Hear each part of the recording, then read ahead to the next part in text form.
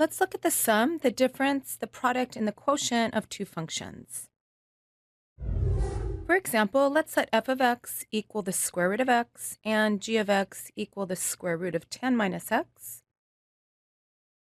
We'll find their sum, f plus g, their difference, f minus g, their product, f times g, and their quotient, f divided by g. And then we'll state their domains. Let's start by first finding these functions, and then we'll address their domains. All right, the first one, f plus g of x, by definition, is equal to f of x plus g of x, which is equal to f of x is given to be square root of x, and g of x is square root of 10 minus x, which would be our answer. It's that simple. We just add the two functions together. Same with the difference, f minus g of x is equal to, by definition, f of x minus g of x, which is equal to f of x is the square root of x minus g of x, which is the square root of 10 minus x, which would be our answer. And the product, f times g of x, by definition, is the product of the two functions, f of x times g of x, which is equal to f of x is the square root of x times g of x, which is the square root of 10 minus x. And this product we can simplify a bit by properties of radicals. We can combine them into one radical, namely the square root of x times 10 minus x, or the square root of 10x minus x squared, which would be our answer. All right, and finally the quotient, f divided by g of x, by definition is equal to f of x divided by g of x, which is equal to the square root of x divided by the square root of 10 minus x. And again, by properties of radicals, we can combine these into one radical to give us a square root of x divided by 10 minus x, which would be the quotient f divided by g. All right, let's talk about their domains. Let's let a be equal to the domain of the function f. What is the domain of the function f? Looking over here at f, it's defined to be the square root of x. So we know that the only x's we can plug in, which is the domain, are x's that are greater than or equal to 0. So writing that in interval notation, we have 0 up to infinity.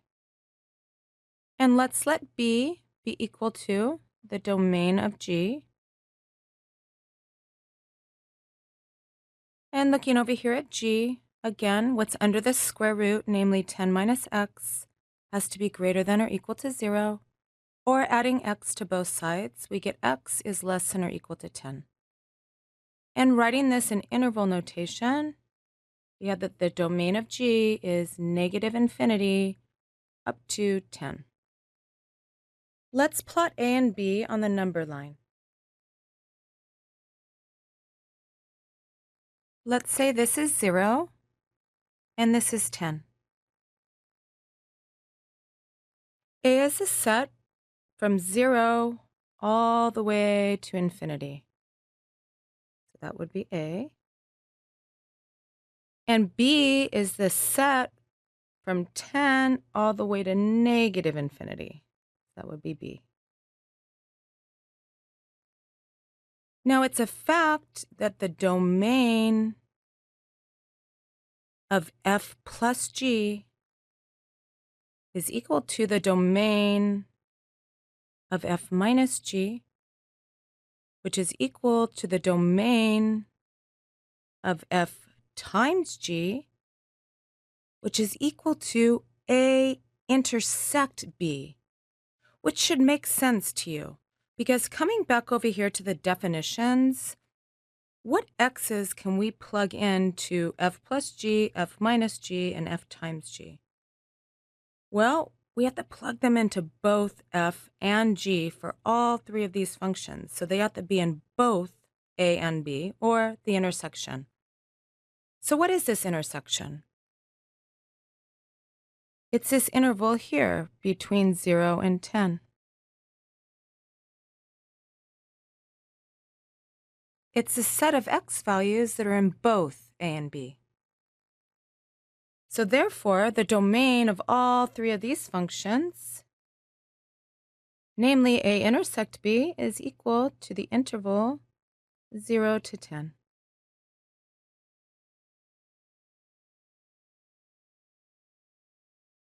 Now we have one more domain to find, don't we?